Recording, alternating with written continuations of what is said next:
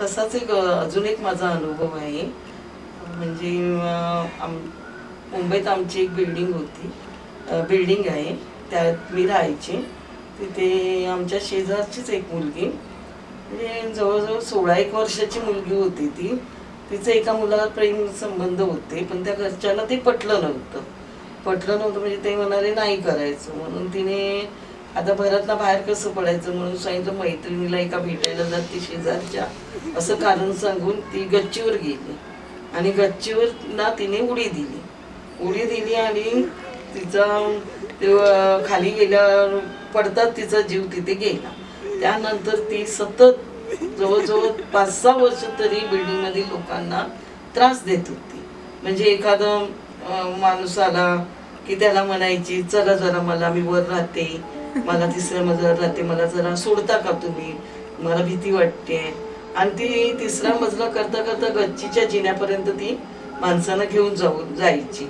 मग माणसांच्या लक्षात आलं की तो माणूस तसाच खाली परत निघून यायचा. असं तिने बऱ्याच जणांना असा त्रास दिला. किंवा ती ज्या बाकड्यात बसायची तो बाकड्या रात्रीचा हलायचा, आवाज यायचा.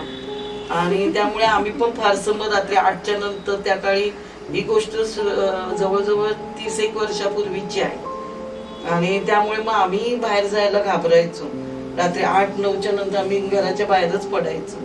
पण तो एक फार मोठा भयानक अनुभव होता. आणि रात्री 12 नंतर वगैरे पण असं म्हणजे काही जणांना म्हणजे आवाज आलेले, ते चालण्याचा, तिच्या पायात कायम पैंजण असायची, त्या पैंजणांचा आवाज रात्री काही लोकांना बऱ्याच वेळा येत असे. तो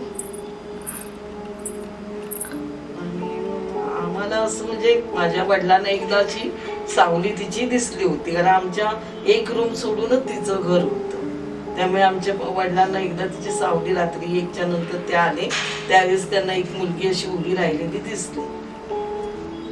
म्हणजे असं दिसायची ती, म्हणजे ती बहुतेक करून बऱ्याच जणांना ती असं त्रास देण्याचा प्रयत्न करायची.